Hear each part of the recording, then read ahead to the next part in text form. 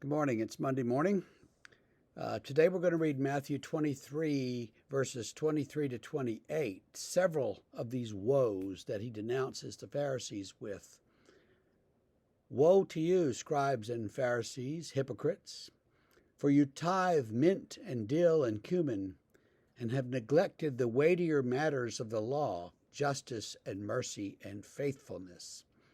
These you ought to have done without neglecting the others. You blind guides, straining out a gnat and swallowing a camel. Woe to you, scribes and Pharisees, hypocrites, for you clean the outside of the cup and plate, but inside they're full of greed and self-indulgence. You blind Pharisee, first clean the inside of the cup and the plate, that the outside also may be clean. Woe to you, scribes and Pharisees, hypocrites, for you are like whitewashed tombs, which outwardly appear beautiful, but within are full of dead people's bones and all uncleanness. So you also outwardly appear righteous to others, but within you are full of hypocrisy and lawlessness.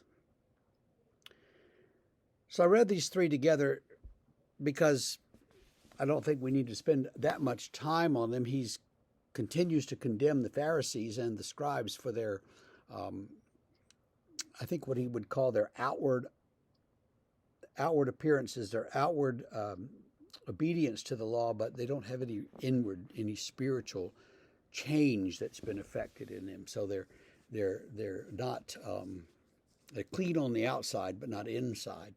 You ever have a coffee cup, a white coffee cup, and inside, as you drink from it day by day, it gets kind of brownish on the inside, stained. It doesn't affect the coffee at all. It just looks gross. He's saying you wash the outside of the cup, but not the inside. You're not cleaning the thing properly. Or you're tithing all these little things, mint and dill and all these little spices. You make sure that you tithe, but you miss faithfulness and obedience. And so you're straining at gnats while you're swallowing camels, these big things. Or you're like whitewashed tombs. And, in those days they used a tomb. They put a body in a tomb. There was no embalming or anything. They just wrapped you up with some spices and put you in there. And your body decayed. And then after a set period of time, and they would have known what this was, they would come back and take your bones and put them in what's called an ossuary, a little box. And maybe it would have your name on the top, maybe not. But that they would then bury somewhere. So that your bones, your burial was after your fleshy parts of your body had all rotted away. And so these tombs, he said, they're beautiful on the outside, but you go in and there's people's bones and there's, rotting flesh and organs and things, and it's all nasty. And that's how you are. You look good on the outside, but on the inside, you're full of all this yuckiness. And Jesus wants us to be purified sort of from the inside out, not from the outside in.